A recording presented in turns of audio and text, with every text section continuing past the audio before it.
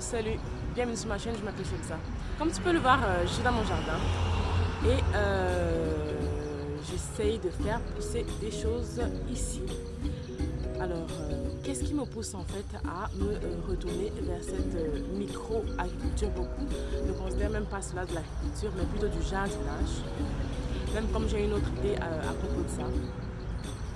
Pourquoi? Parce que j'ai remarqué deux trucs. Je me suis rendu compte que beaucoup d'entre nous voulaient faire de l'agriculture, certes, mais n'étaient pas en mesure de la faire comme dans leur tête en fait. C'est un peu comme un enfant qui ne sait pas marcher, mais qui veut courir. C'est la raison pour laquelle j'ai commencé à m'intéresser beaucoup, de plus en plus en fait, à la micro agriculture, ou à l'agriculture sur micro-superficie. C'est-à-dire une superficie qu'on peut maîtriser, sur laquelle on peut apprendre avant éventuellement de se déployer. Ça, c'est le premier point en fait, qui me pousse en fait à réaliser ce que je suis en train de réaliser en ce moment dans mon jardin. Alors, le second point aussi, c'est simplement parce que je suis la première personne à le penser, d'accord, mais ça résulte de beaucoup de mes lectures, de mes recherches et de mes réflexions. Je pense qu'il y a une urgence à la décroissance, ça c'est mon avis. Et sinon je te conseillerais des livres que tu peux lire sur le sujet. Pourquoi est-ce que je pense qu'il y a une urgence à la décroissance? Simplement parce que beaucoup de personnes, des autorités dans le domaine, s'accordent à dire que ce sont les micro-fermes, c'est-à-dire les fermes en fait, qui se déplacent sur des petites superficies qui sauveront le monde et non plus des fermes semi-industrielles ou industrielles, c'est-à-dire des fermes qui se déploient sur de super grandes superficies, c'est-à-dire la course à l'hectare doit simplement cesser selon moi, mais pas seulement selon moi, la course à l'hectare doit s'arrêter. Se dire que pour pouvoir parler d'agriculture, il faut avoir minimum 20 hectares, 50, 100, 200, 1000 et plus. Franchement, ce n'est pas viable. Ce n'est pas viable parce qu'il suffit simplement de regarder l'agriculture occidentale. Vu que nous, les Africains, nous sommes toujours un peu un peu comme des élèves qui regardent les professeurs, entre guillemets. Pourquoi? Parce que économiquement parlant, c'est un fait, c'est pas mon avis. L'Occident est plus avancé que l'Afrique. C'est la raison pour laquelle on les regarde toujours un peu du bas. Donc oui, dans ce cas aussi, on peut les regarder du bas et ne pas copier ce qui n'est pas à copier, ne pas copier ce qui n'est pas positif en fait. Voilà. On a souvent tendance à dire que l'Afrique a beaucoup de travail et c'est la vérité. Il y a beaucoup à faire. Quand tu regardes partout, tu te dis waouh, c'est encore vierge, c'est vide et tout. C'est sûr, l'Afrique a beaucoup à faire.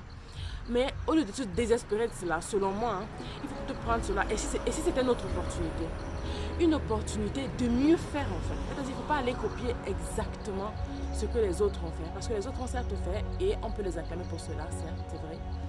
Mais les autres n'ont pas tout fait parfaitement. Et il faut absolument le réaliser. Parce que si on se met à copier bêtement, on tombera seulement dans les mêmes pièges. Voilà. Pour revenir à notre sujet, qui est le sujet de la survie alimentaire, de la suffisance alimentaire, de l'agriculture. Je disais donc que beaucoup d'experts dans le domaine s'accordent à dire que ce sont les micro-fermes qui sauveront la planète. Donc il est urgent en fait, d'accord? Et si vous regardez même partout un peu sur internet, sur YouTube et les blogs, il est urgent que les gens réapprennent à faire pousser leur nourriture et voient en cela une chose positive en fait. Parce que ici, au Cameroun, lorsque tu cultives, en général, c'est une connotation de statut économique bas. Ce qui doit urgemment changer. Je dis bien urgemment changer. Parce que c'est celui-là même qui est indépendant pour sa nourriture, pour son alimentation, vu que c'est un besoin primaire. C'est celui-là même qui a, selon moi, qui a tout compris.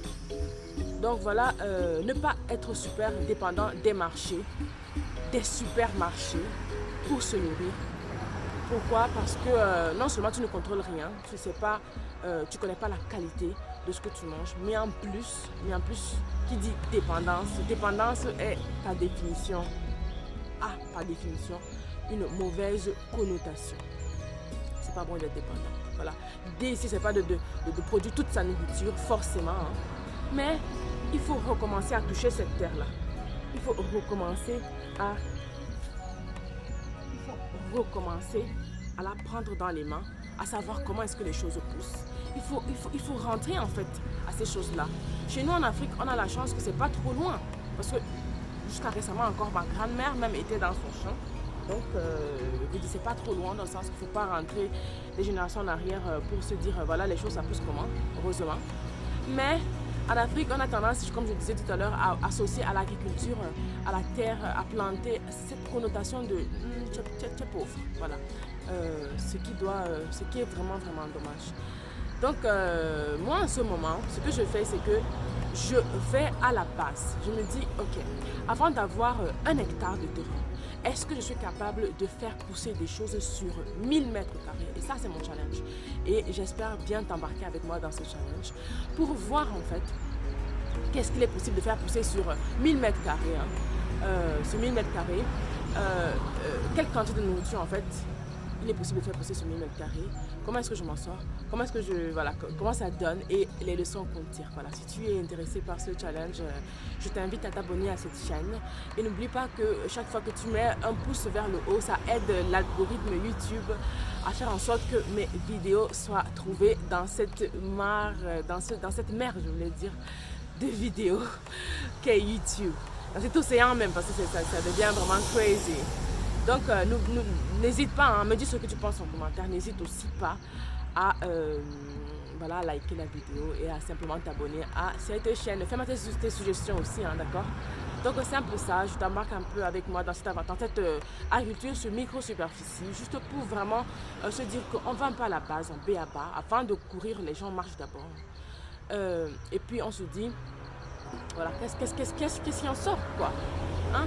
D'accord, donc je vais te faire le tour du jardin dans des prochaines vidéos et je te dis voilà, à la prochaine. Bye bye. J'aimerais aussi ajouter que peu de personnes pensent à un facteur avant de se lancer. C'est-à-dire, beaucoup d'entre nous se disent, surtout que les terres arables au Cameroun sont relativement moins chères. Même si on veut les louer, voilà, on parle de, disons, en moyenne 50 000 francs CFA par hectare, par an. Donc, c'est assez accessible, d'accord? Donc, c'est facile d'avoir ces terres à cultiver, c'est vraiment facile. Et là, il n'y a pas de souci. C'est la raison pour laquelle beaucoup se disent, ah oui, voilà, je vais prendre mes 20 hectares, mes 50 hectares, et voilà, sans réfléchir à un facteur extrêmement important, qui est le facteur de l'eau. Voilà. Si tu n'as pas accès à l'eau sur une parcelle ou pour faire une culture, alors ça veut dire que ton projet est simplement voué à l'échec. Je dis bien simplement, ça ne sert même à rien de continuer à bavarder. Voilà, beaucoup, certains d'entre vous le savent certainement, il faut penser justement à avoir un cours d'eau sur sa parcelle, un cours d'eau. C'est important, mais en général ça ne suffit pas. Lorsqu'on veut déjà faire de l'ananas sur 20 hectares, sur 50 hectares, etc., c'est pas un cours d'eau qui fera l'affaire forcément. Encore faut-il voir le débit et voilà, et la grandeur de ce cours d'eau-là. Donc il faut déjà penser à forage et puis aménager en fonction des nappes phréatiques présentes sur le site. Tout ça, ce sont de gros moyens financiers parce que ça coûte, hein, ça coûte, mais il faut absolument penser à ça. C'est-à-dire que ne choisis la superficie à exploiter que lorsque tu as l'eau qui va avec. C'est ça même en fait qui doit tout contrôler, tout guider. C'est pas parce que tu as accès à 50 hectares de terrain que tu peux cultiver sur 50 hectares de terrain. Non. La plus grosse limite en fait, c'est l'eau d'abord, sans parler de tous les autres facteurs. Et aussi, un autre truc aussi qui m'interpelle énormément, c'est le fait que qu'on doit éviter de créer des déserts dans notre entrepreneuriat agricole. C'est-à-dire aller voilà, sur des hectares seulement de citron, des hectares d'orangers, des hectares d'ananas, des hectares seulement ça, franchement, ce n'est jamais une bonne idée. Je dis bien, ce n'est jamais une bonne idée. Je vais simplement prendre le cas qui est fameux des champs d'orangers de la Floride, qui il y a quelques années, je parle de 2 ou 3 ans, je peux dire, est allé en fumée, simplement parce que quoi? parce que la monoculture, et des exemples comme ça, il y en a à l'appel. Voilà, il y a un virus qui est arrivé et qui a décimé des hectares. Je ne me rappelle même plus du nombre, mais on parle ici d'une multinationale, voilà, qui produit du jus d'orange. Donc, on ne parle pas de 100 hectares, on ne parle même pas de 1000 hectares. Donc, la monoculture est un vrai danger auquel il faut absolument réfléchir lorsqu'on veut entreprendre dans le domaine agricole. Donc, voilà, je te dis ciao.